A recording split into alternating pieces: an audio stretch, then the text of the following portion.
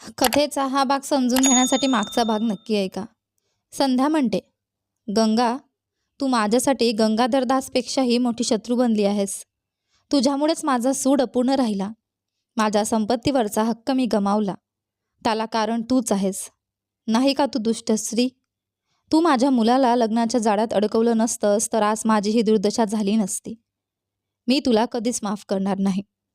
त्या माणसाने तुझ्या गळ्यात 3 गाठी बांधल्या म्हणून मी शांत बसणार आहे असं तुला वाटतंय का? मला आर्यनचं लग्न काव्याशी व्हावं असं हवं होतं आणि ते मी करूनच दाखवेन. गरज पडली तर तुझा जीव घ्यायलाही मी मागे पुढे पाहणार नाही. गंगाधर दासविरुद्धचा माझा सूड माझ्यासाठी सगळ्यात महत्त्वाचा आहे. त्याने मला या गावात जी अपमानास्पद वागणूक दिली ती मी कधीच विसरणार नाही. जसं मी गंगाधरला सोडणार नाही तसंच तुलाही सोडणार नाही. गंगा, मी आता लगेच मुंबईला निघते. आर्यन, तुला वाटतं तू तुझ्या आईपेक्षा जास्त हुशार आहेस, नाही का?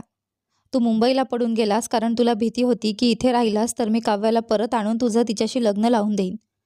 पण माझ्या मुला, तुझी आई तुझ्या कल्पनेपलीकडची आहे. अशक्य गोष्ट ही शक्य करून दाखवणारी आहे मी. तू आणि काव्याने खूप चांगलं नाटक केलंस, पण आता माझी पाळी आहे. मी तुमच्याकडे येईन आणि खोटं बोलेन की मी गंगाला माझी सून म्हणून स्वीकारलं आहे. मी तुम्हा दोघांना परत इथे आणीन आणि मग गंगाचं आयुष्य नरक बनवेन. तिला इतक्या निर्दयीपणे प्रत्येक प्रकारे त्रास देईन की ती स्वतःहून माझ्या मुलाला सोडून जाईल. संध्या लगेच मुंबईचं ट्रेनचं तिकीट बुक करते आणि आर्यनला भेटायला निघते. काव्या तिच्या बेडवर बसली होती. डोळ्यांतून अश्रू वाहत होते. ती तिच्या फोनवर गंगाधर दासचा फोटो पाहत होती. त्यांचे कठोर शब्द, पुन्हा कधीच मला तुझा चेहरा दाखवू नकोस, तिच्या मनात घुमत होते आणि तिच्या आत्म्याला भेदत होते. ती पूर्णपणे दुःखात बुडाली होती. तिने स्वतःचं लग्न त्यागलं होतं, फक्त तिच्या आतेभावाचं त्याच्या प्रेमाशी मिलन व्हावं म्हणून. पण त्याच निर्णयामुळे ती तिच्या लाडक्या वडिलांपासून दूर झाली होती. नशीब इतकं क्रूर कसं असू शकतं? एकटेपण असह्य होतं. तिच्या बाजूला कोणीच नव्हतं. तिचं दुःख वाटून घेण्यासाठी कोणीच नव्हतं. म्हणतात ना, आपलं दुःख कुणासोबत शेअर केलं की हलकं होतं. पण तिच्याकडे कोण होतं? कोणीच नाही. तिचं दुःख अधिकच वाढत होतं. तिच्या हृदयावर निर्दयी ओझ्यासारखं कोसळत होतं. तिने दोन्ही हातांनी चेहरा झाकला आणि अनियंत्रितपणे रडू लागली. माधव दुरून तिच्याकडे पाहत होता. तिचं असं दुःखी रूप त्याला सहन होत नव्हतं. तो तिच्याजवळ आला, तिच्या बाजूला बसला आणि हलकेच तिच्या खांद्यावर हात ठेवला. माधव म्हणतो, काव्या, काय झालं? तू का रडते आहेस? त्या क्षणी काव्याला फक्त कोणाच्या तरी आधाराची गरज होती. तिचं दुःख मोकळं करण्याची गरज होती. खूप दिवसांपासून ती सगळं आत दडपून ठेवत होती.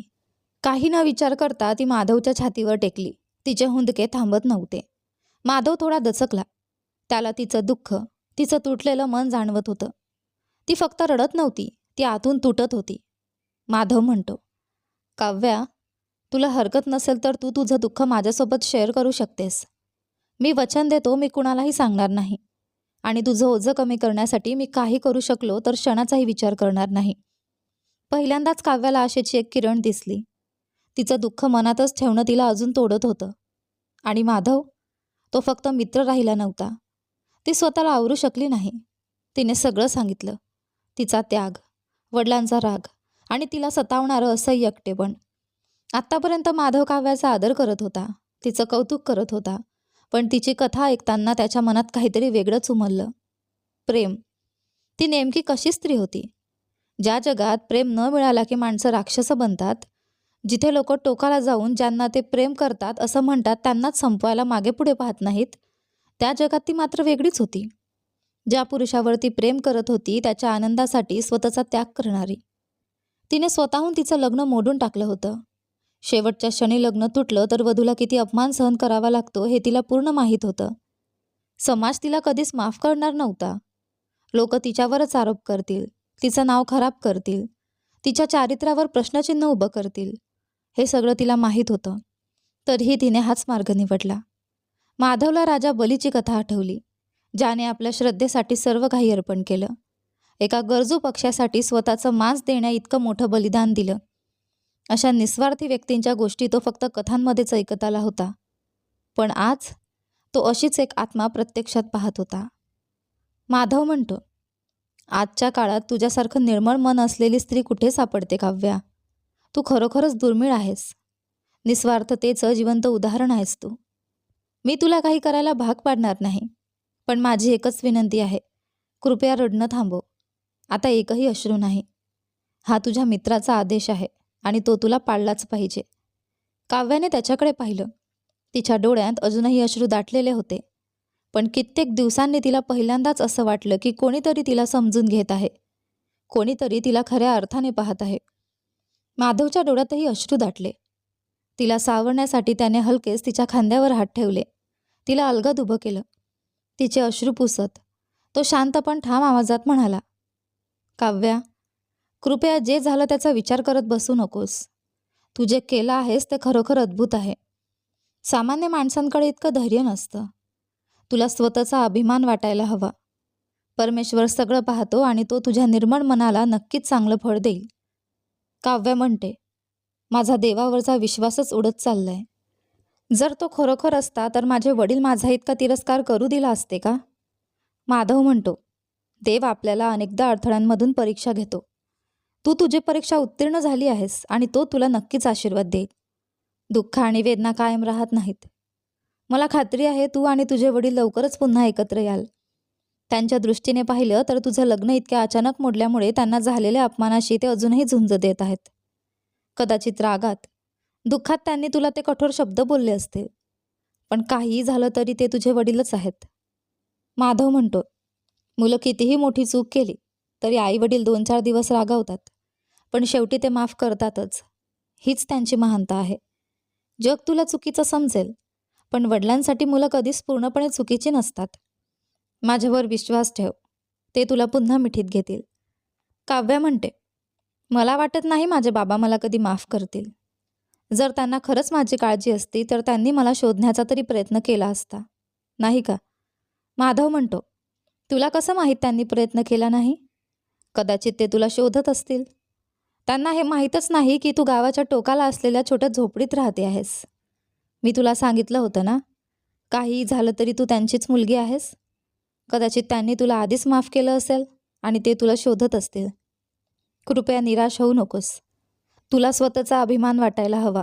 तू दुसऱ्या 2 प्रेमिकांना एकत्र आणण्यासाठी स्वतःचं प्रेम त्यागलं आहेस. ते तुझा हा त्याग कधीच विसरणार नाहीत. कदाचित ते सुद्धा आत्ता तुला तुझ्या वडिलांशी पुन्हा भेटवण्याचा प्रयत्न करत असतील. माधव म्हणतो, आणि जरी तुझे वडील अजूनही रागावलेले असतील तरी काय झालं?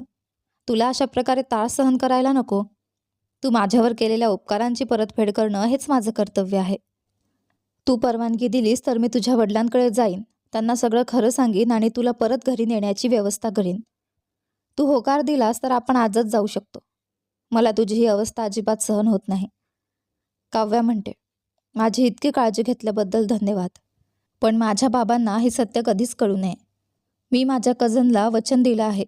जर बाबांना कळलं की मी हे सगळं त्याच्यासाठी केलं तर ते त्याच्यावरच अधिक रागावतील. मला ते नको आहे. कृपया काही करू नकोस. मी इथेच राहीन जोपर्यंत माझे बाबा स्वतः मला प्रेमाने आणि स्वीकाराने परत बोलवत नाहीत. माधव तिच्या धैर्याकडे पाहून हलकेच हसला.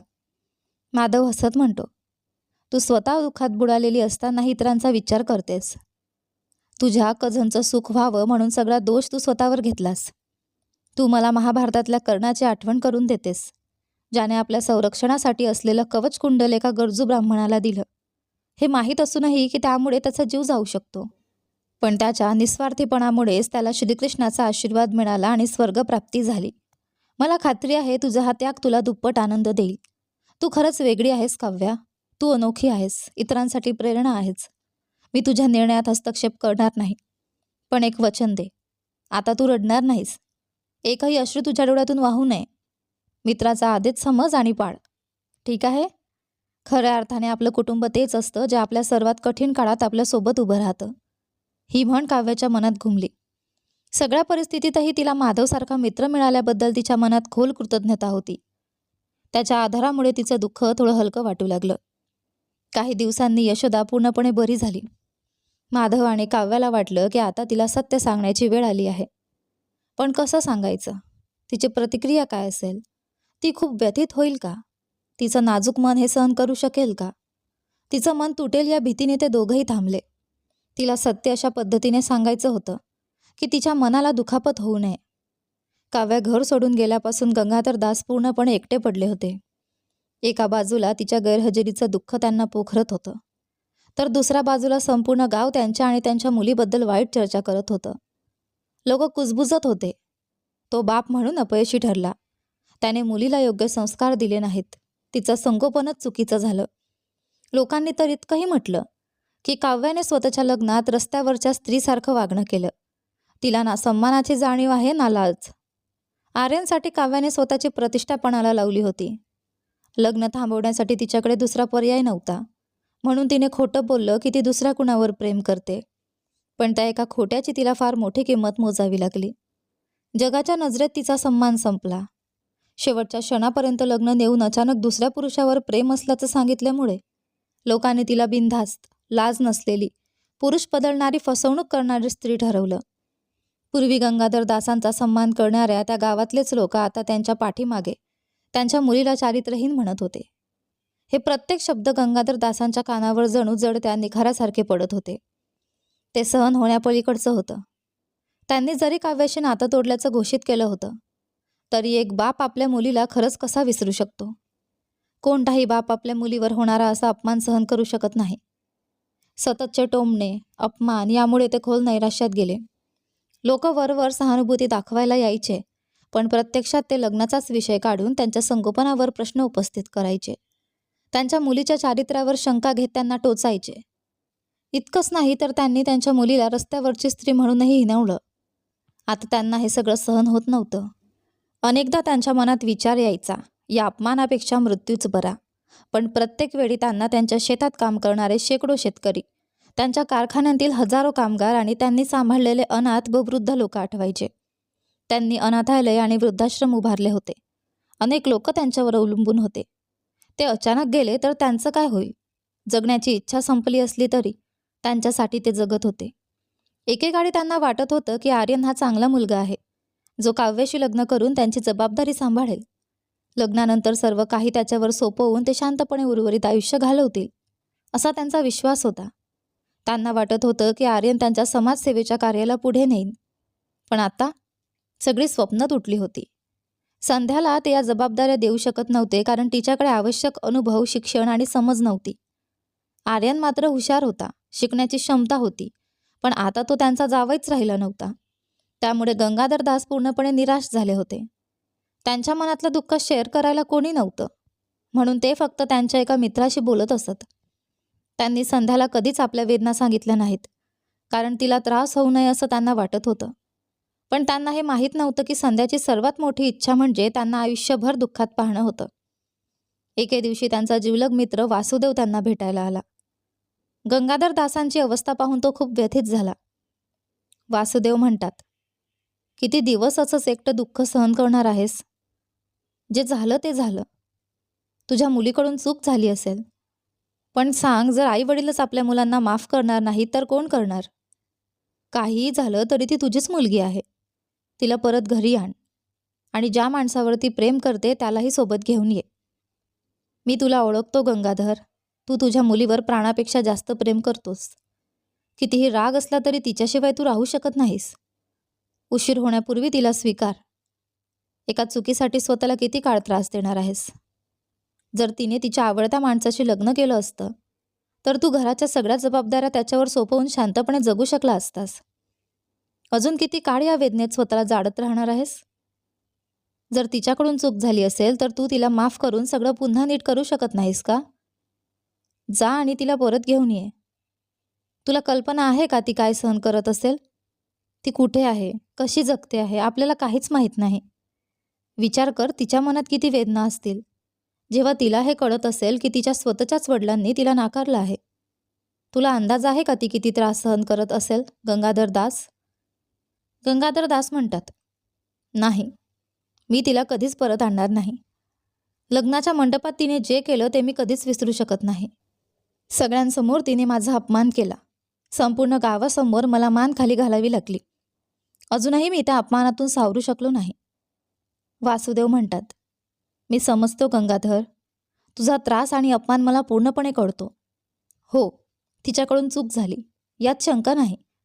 पण किती दिवस तू भूतकाळाच्या साखळ्यांमध्ये अडकून राहणार आहेस? त्याला एक वाईट स्वप्न समज आणि पुढे जा. अनेक मुलं आईवडिलांना न सांगता पळून जातात. काही जण तर घरचे दागिने सुद्धा घेऊन जातात आणि लग्न करतात. तरीही त्यांचे आईवडील त्यांना माफ करून परत घरी आणतात. आईवडिलांनी आपल्या मुलांच्या चुका माफ करायलाच हव्यात. काव्या, तुझी रक्ताची मुलगी आहे गंगाधर दास. हे नातं इतकं सहज तोडता येत नाही. तिने स्वतःहून चेन्नईपर्यंत जाऊन कितीतरी कष्ट सहन करत फक्त तुझ्यासाठी संध्याला परत आणलं. कारण तिला माहीत होतं की तुला तुझ्या बहिणीची किती आठवण येते. विचार कर, एखादी स्वार्थी मुलगी असं करेल का? काव्या अशी मुलगी नाही की रोज वेगळ्या मुलावर प्रेम करेल. तूच तिला चांगले संस्कार दिले आहेत, शिस्त शिकवली आहे. नक्कीच काहीतरी कारण असणार, काहीतरी खोल गोष्ट ज्यामुळे तिने शेवटच्या क्षणी लग्नाला नकार दिला. कदाचित तिला तिच्या आतेभावावर कधीच प्रेम नव्हतं. कदाचित तिच्या मनात आधीपासूनच कुणीतरी दुसराच होता. जेव्हा तू तिला विचारलं असेल की ती लग्नासाठी तयार आहे का, तेव्हा कदाचित भीतीपोटी तिने हो म्हटलं असेल. पण त्या क्षणी तिला जाणवलं असेल की ती हे करू शकत नाही. कधी असा विचार केलास का तू? विचार कर गंगाधर दास. आता वयाच्या या टप्प्यावर तुला तुझ्या मुलांची गरज आहे. किती दिवस तू एकटाच घर आणि ऑफिसची जबाबदारी सांभाळणार? तुला विश्रांतीची गरज आहे. तुझा राग सोड आणि तिला परत घरी घेऊन ये. वासुदेवच्या शब्दांनी गंगाधर दासच्या मनाला खोलवर स्पर्श केला. जर तो भूतकाळात आपल्या बहिणीच्या विश्वासघाताला माफ करू शकला होता, तर स्वतःच्या मुलीची इतकी छोटी चूक तो का माफ करू शकत नव्हता? ठामपणे त्याने आपल्या माणसांना काव्याचा पत्ता शोधायला सांगितला. लवकरच त्यांच्या माणसांनी कळवलं की ती एकदा लक्ष्मीनगरमध्ये बाजाराच्या शेवटच्या टोकाला माधवसोबत दिसली होती. त्याने तिचा पाठलाग केला आणि कळालं की ती गेल्या काही दिवसांपासून माधवच्या घरात राहते आहे. ती तिथे बराच काळ राहत असल्यामुळे परिसरातील लोकांना वाटू लागलं की ती माधवची बायकोच आहे. या गैरसमजामुळे गंगाधर दासच्या माणसांनाही तसंच वाटलं आणि त्यांनी तीच माहिती त्याला दिली. त्यांनी हेही सांगितलं की माधव एक गरीब मजूर आहे, जो एका छोट्या झोपडीत राहतो. हे ऐकून गंगाधर दास विचारात पडला. कदाचित काव्या आधीपासूनच माधववर प्रेम करत होती, पण त्यांना सांगायला घाबरत होती कारण तिला वाटलं असेल की तो कधीच एका गरीब मुलाला जावई म्हणून स्वीकारणार नाही. पण गंगाधर दाससाठी संपत्ती कधीच महत्त्वाची नव्हती. काव्या आनंदी असेल तर तेच त्याच्यासाठी सर्वात महत्त्वाचं होतं. ही जाणीव होताच त्याने एक मोठा निर्णय घेतला. तो माधवला आपल्या जावयाच्या रूपात स्वीकारायला तयार झाला. गंगाधर दासने शेवटी आपला निर्णय घेतला होता. तो आपल्या मुलीला आणि जावयाला परत घरी आणणार होता. क्षणभरही वेळ न दडवता तो लगेच माधवच्या घराकडे निघाला. योगायोगाने त्याच दिवशी माधवनेही एक निर्णय घेतला होता. तो हा सगळा दिखावा संपवणार आणि आपल्या आईला सत्य सांगणार. दिवसेंदिवस त्याच्या आईचं काव्यावरचं प्रेम वाढत होतं आणि जर त्यांनी हा खोटा खेळ आत्ताच थांबवला नाही तर तिच्या अपेक्षा आणखी वाढत जाणार होत्या. त्याला भीती वाटत होती की जेव्हा तिला खरं कळेल तेव्हा तो धक्का ती सहन करू शकणार नाही. तिच्या नाजूक तब्येतीमुळे हा धक्का तिच्या हृदयासाठी पुन्हा धोकादायक ठरू शकतो. शिवाय परिसरातील अनेक लोक काव्याला त्याची बायको समजू लागले होते आणि हा गैरसमज दोघांच्याही भविष्यासाठी घातक ठरू शकत होता. माधवने काव्याला शोधलं आणि आजूबाजूला कोणीही ऐकत नाही याची खात्री करून तो म्हणाला, काव्या, आजपासून हा दिखावा संपवूया. नवरा बायको असल्याचा अभिनय आता थांबवूया. मी ठरवलं आहे, आत्ताच आईला सगळं खरं सांगतो. काव्या आश्चर्याने त्याच्याकडे पाहत म्हणाली, इतका अचानक निर्णय का? माधवने सुस्कारा टाकला. ती तुला खूप प्रेम करते काव्या. दिवसेंदिवस ती तुझ्याशी अधिक जुळत चालली आहे आणि तिचं प्रेम वाढतच आहे. जर हे असंच चालू राहिलं तर तिचं तुझ्यावरचं नातं अजून घट्ट होईल आणि जर तिला स्वतःहून सत्य कळलं तर तो धक्का तिच्यासाठी सहन करण्यासारखा नसेल. सध्या ती बरी झाली आहे. ती चालते, घरची कामं करते, पुन्हा सामान्य आयुष्य जगते आहे. हीच योग्य वेळ आहे तिला सगळं सांगण्याची. काव्या काही क्षण शांत राहिली, विचारात हरवून. तिलाही माधवच्या आईसोबतचं वाढत चाललेलं नातं जाणवत होतं. तिला तिच्या मनाला दुखवायचं नव्हतं. शेवटी तिने मान हलवली. ठीक आहे, तुला वाटत असेल की हे योग्य आहे तर मी तुझ्यासोबत आहे. माधव घाबरलेल्या मनाने स्वयंपाकघराकडे गेला, जिथे त्याची आई यशोदा स्वयंपाकात व्यस्त होती. त्याचे हात थरथरत होते, पाय कमकुवत झाले होते आणि तिची प्रतिक्रिया काय असेल याचा विचार करत त्याचं मन धावू लागलं होतं. काव्याही त्याच्या मागे चिंतेत उभी होती, मनातल्या मनात प्रार्थना करत की हे सत्य त्या वृद्ध स्त्रीचं हृदय तोडणार नाही. दीर्घ श्वास घेत माधव म्हणाला, आई, मला तुला एक खूप महत्त्वाची गोष्ट सांगायची आहे. स्वयंपाकात मग्न असलेली यशोदा म्हणाली, काय आहे रे? मी आत्ता कामात आहे, नंतर बोलूया का? नाही आई, हे थांबू शकत नाही. कृपया वळून माझं ऐक. त्याच्या आवाजातील गंभीरता ऐकून यशोदाच्या मनात अस्वस्थता निर्माण झाली. तिने हातातील काम थांबवलं आणि त्याच्याकडे वळली. तिच्या मनात काळजी दाटून आली. माधव क्षणभर थांबला, मग धीर एकवटून म्हणाला, आई, मी तुला जे सांगणार आहे ते तुला दुखावेल, पण कृपया समजून घे. यशोदाचं हृदय वेगाने धडधडू लागलं. त्याची घाबरलेली अवस्था, थरथरणारे हात आणि आवाजातील ताण, हे सगळं पाहून ती अधिकच अस्वस्थ झाली. इतकं गंभीर काय असू शकतं? तो मला कोणतं सत्य सांगायला घाबरतोय? ती मनात विचार करू लागली. जसं माधव सगळं सांगणार होता तितक्यात बाहेरून मोठ्याने आवाज आला, यशोदा, यशोदा. तो आवाज ठाम होता, ओळखीचा होता. यशोदा क्षणभर थबकली आणि मग माधवकडे वळून म्हणाली, माधव, कुणीतरी मला हाक मारतंय. पाहूया कोण आहे? त्याच्या उत्तराची वाट न पाहता ती दरवाजाकडे निघाली. माधव तिथेच थबकून उभा राहिला. सत्य अजूनही त्याच्या मनातच बंदिस्त राहिलं होतं. दरम्यान काव्याचं हृदय जोरात धडधडू लागलं. तो आवाज तिने लगेच ओळखला. बाबा. भावनांचा एक वादळच तिच्या मनात उठलं. खरंच ते इथे आले होते का? ते तिला शोधत आले होते का? तिच्या मनात आनंद उसळला. इतक्या दिवसांनी ती पुन्हा आपल्या वडिलांना पाहणार होती. पण त्या आनंदासोबत भीतीही होती. जर त्यांनी विचारलं की मी इथे काय करते आहे, मी कसं सांगू की मी माधवची बायको असल्याचं नाटक करत होते? त्यांना कळालं तर ते कसं प्रतिक्रिया देतील? या सगळ्या विचारांवर मात करत तिच्या वडिलांना पाहण्याची ओढ जास्त प्रबळ ठरली. इतके दिवस ती त्यांच्यापासून दूर राहून त्यांची आठवण काढत होती आणि आता ती वाट पाहत असलेली क्षण अखेर आला होता. भावनांनी भरून ती हळूहळू दरवाजाकडे चालू लागली. मनात आनंद आणि भीती दोन्ही, पण एकच तीव्र इच्छा घेऊन. पुन्हा एकदा आपल्या वडिलांना पाहायचं, त्यांना मिठी मारायची आणि त्यांच्या प्रेमाची ऊब पुन्हा अनुभवायची. गंगाधर दासने काव्याला पाहताच त्याच्या डोळ्यांतून अश्रू वाहू लागले. इतक्या दिवसांनी आपल्या लाडक्या मुलीला पाहून तो आनंदाने भारावून गेला. जणू एखादं मूल आपल्या आईला भेटल्यावर जसं आनंदित होतं तसं काहीसं त्याचं झालं. क्षणाचाही विचार न करता त्याने काव्याला घट्ट मिठी मारली आणि रडत म्हणाला, माझ्या लेकरा, मला माफ कर. त्या दिवशी मला इतकं कठोर व्हायला नको होतं. मी तुला सगळ्यांसमोर अपमानित केलं, तुला घराबाहेर काढलं. हे सगळं मला करायला नको होतं. फक्त मी रागात तुला जायला सांगितलं म्हणून तू इतके दिवस दूर राहिलीस का? एकदाही परत यावंसं वाटलं नाही तुला? या जगात माझं तुझ्याशिवाय कोण आहे? कशी होतीस तू इतके दिवस?